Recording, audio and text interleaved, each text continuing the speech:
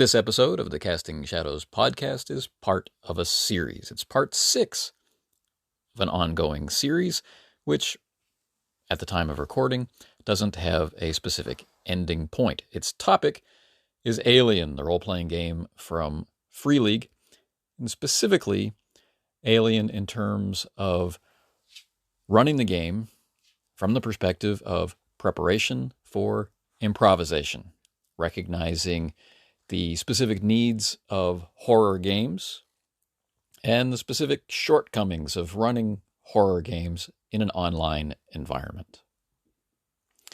This particular episode, part 6 of the series, is called Introducing the Alien.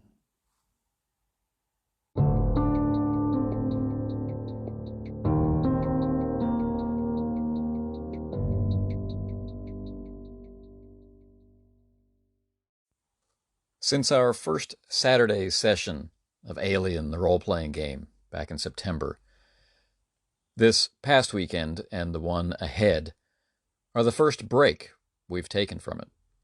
We've taken that break not by lack of interest, but in respect for other obligations, as important as the iron bond we have forged in our commitment to gaming as the sun rises on the player's side of the world and sets on mine.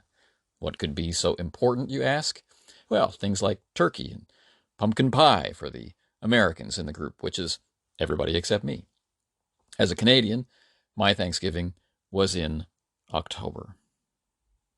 Anyway, during those months of play, since September, I've wanted to sit down and prepare a podcast or blog post or both about the ongoing experience, but each time felt pressed for time. There's been a lot going on around here, but not so today, where I would normally be editing the actual play video of our play.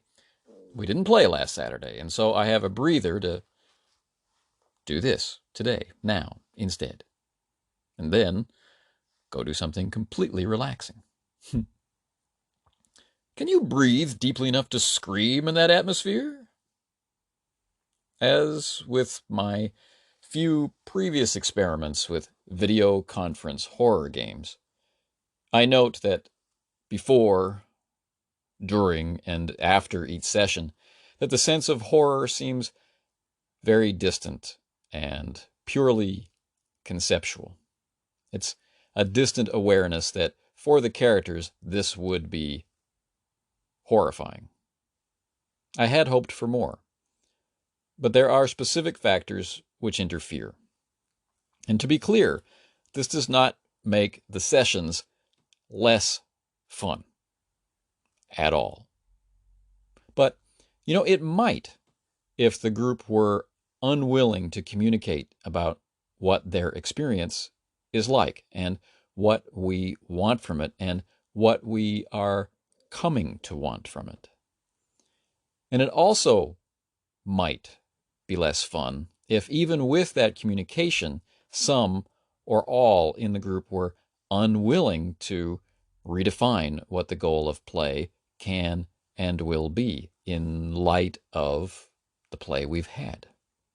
Now, in our case, with our military action theme of colonial marines, and with the balance of people and personalities, with an active interest in an IC experience of horror, we've come to a new stance, looking for an IC experience of tension and a sense of fatalism. Not actual fatalism, but a sense of fatalism. We've stepped away from hope and hopefulness and toward characters who are displaying a mix of desperation and self-sacrifice as a form of meaning in a life where the gap between rich and poor must be measured in light years.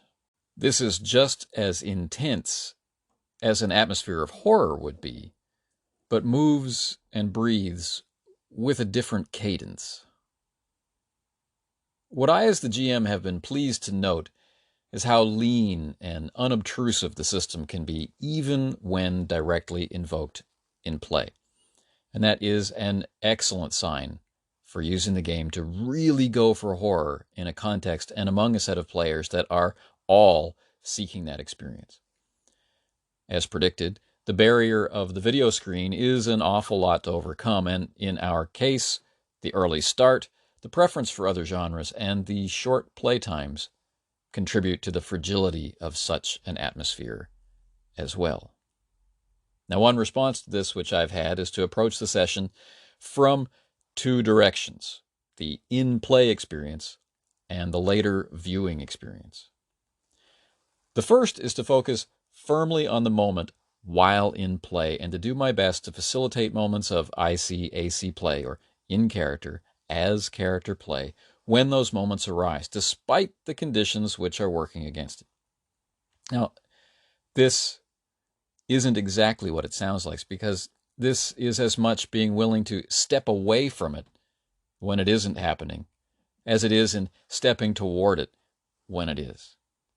And a big part of that is recognizing that there are varying sensitivities to the intensity of emotion within the group, and that an emotional scene, whatever type of emotion it might be, one of friendship or one of the horrors of war, the violent action, the results of violent action, that sort of thing, that the reaction to such an emotional scene will cause some of us to shift toward role play, to enhance that feeling, and cause others to shift to quiet introspection, to explore that feeling, or others to a tension-breaking joke to relieve that feeling. Learning to see all of those responses as signs that the game is having an effect on the players is important, because it's possible to create failure out of success by looking at it in the wrong way, or only looking at it from your point of view. The second is to augment the spoken word of play with a variety of tools which are available to me once the video is in editing. This adds and intensifies the context and atmosphere reached for in play. It can bring out the visuals of the Alien franchise, as well as make the suspicions and the disheartening knowledge of the characters stand out in stark relief against the challenges they're facing. The corruption, the ambition, the cruel cheapness of life can be put on display in a response to and in support of the action taking place in the session. And as a fringe benefit, rules and GM notes can also be included on screen for people who want to use it to learn the game, or remember how the game works, or just to explore it to see if it's something that they might like to play. Did you tether yourself to the hull? This group has a good attitude toward character death, and has been growing to like the way that violence is embraced in this version of the Year Zero system.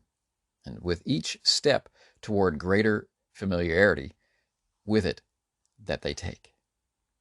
Given how straightforward and condensed the system is, that progress in facility has been visible in each session, to the point where some mastery of concept and grasp of nuance is evident in the way the players interact with and as their characters. So far, there's been one brutal fatality and several close calls. At this point in the campaign, we're in the middle of our 4th mission, with the plan still to go for about a dozen, or whatever number makes sense as things play out, whether that be more or less. Each player has backup characters ready, and those characters have been fading in and out of sessions in a limited fashion to help give a sense of continuity and to help emphasize any sense of loss when death occurs. The characters are starting to benefit from earned and spent experience, and elements of their backgrounds as Marines and as people in the alien universe have been coming increasingly into focus as fundamental building blocks of how to interpret things in play. And this is taking place both in what we say in play around our virtual table and on screen in annotations. So far, we've struggled against harsh environments. We've struggled against devious traps, against the merciless weapons of the setting, against trained and untrained soldiers, and against ferocious beasts. What we have not yet encountered is the ferocious creature which lends its identity to the title of the game. In space, everyone wonders when the aliens will show up. As was discussed earlier in the series, the characters have been able to make an ally of Corporal Dwayne Hicks, and so we're able to learn what to expect from species XX121, as well as to be informed by his and Ellen Ripley's suspicions and certain knowledge about the goals Weyland-Yutani has for that species. In Mission 1, the characters were sent as the rescue team mentioned in Aliens. They arrived 19 days after the events of the film, because you remember, Hicks says it would be a minimum of 17 days. And they found a damaged pirate vessel and a seemingly deserted Sulaco orbiting each other and on a collision course toward an orbit control station for Kalpamos, the world around which Acheron, formerly known as LV-426, spins with deadly anticipation of visitors. In their handling of that situation, they discovered signs of some sort of bug, but had no direct contact with it. Hicks put their experience into context when they thawed him out of hypersleep. In Mission 2, the characters were sent to help put down an insurrection on a formerly independent frontier world which had recently been annexed by the United Americas and ceded to the full administrative control of Weyland-Yutani, despite the wishes of the colonists and the corporations already there. During that mission, they lost their first Marine. They saw another narrowly avoid the same fate, and they witnessed the savage brutality of the mercenaries hired to fight for the colonists. They also witnessed firsthand the effect of an illegal Weyland-Yutani program to weaponize alien creatures for combat deployment. In Mission 3, the characters were sent on the trail of that mercenary commander they rousted from the colony, despite sabotage to their vessel, the Montebello, an assault on one of their assigned pilots, and the disappearance of several members of the unit. The machinations in higher pay grades were becoming more obvious, and lines of allegiance were being drawn. Which one to stand behind was becoming clearer as well. The Marines tracked the Merc back to LV-426, and they knew exactly what he was up to, obtaining species XX121 for sale for sums that would dwarf the economies of the frontier worlds they risk their lives to protect.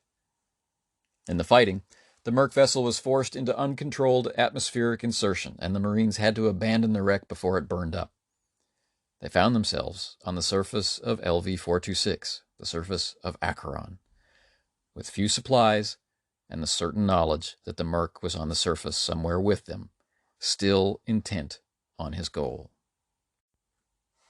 Mission 4, now in progress, had the Marines organize themselves to deal with their three priorities. 1. Survive. 2. Capture the Merc as ordered. And 3. Destroy species XX121. In so doing, they uncovered physical evidence of Weyland-Yutani's involvement in the endangerment of commercial shipping, as well as their fear of the legal repercussions should news of their intentions for species XX121 become known. As the first half of the mission came to a close, the Marines found themselves facing a devil's bargain they have no intention of accepting. Those paying attention will note that in 7 sessions of play, none of the titular aliens have been harmed in the production of this role-playing experience. One fierce and homicidal lionworm met a nasty end, however. Where are they, you might ask? Well, they're now within reach of the characters, and the characters know it. The Marines know what the xenomorphs are. They are sure they know where the xenomorphs are. And they are quite sure they know the awful things that the xenomorphs can do to them. What they are unsure of is what they can do to the xenomorphs in return. And the players have 2 weeks to think about it. Now that is a good recipe for anticipation and tension. And in the context of our play, those are great stand-ins for dread. The characters have it in their hands to seek out and encounter this fearsome species and learn intimately if what Hicks told them was true.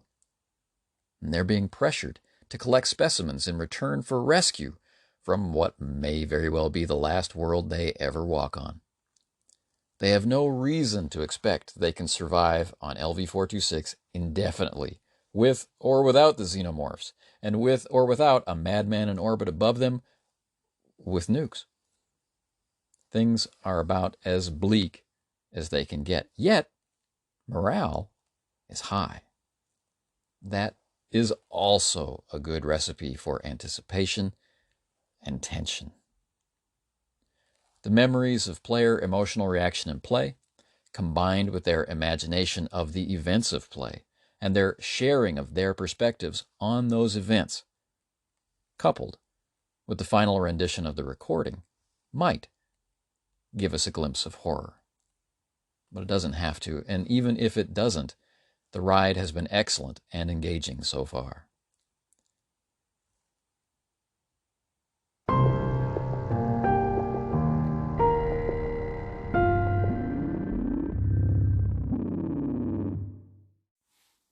In our next installment of the series, we'll take a look at the specific way that the system has been implemented and how that works so well, not only with horror, but with the types of activities that characters in Alien the role-playing game will find themselves mixed up in.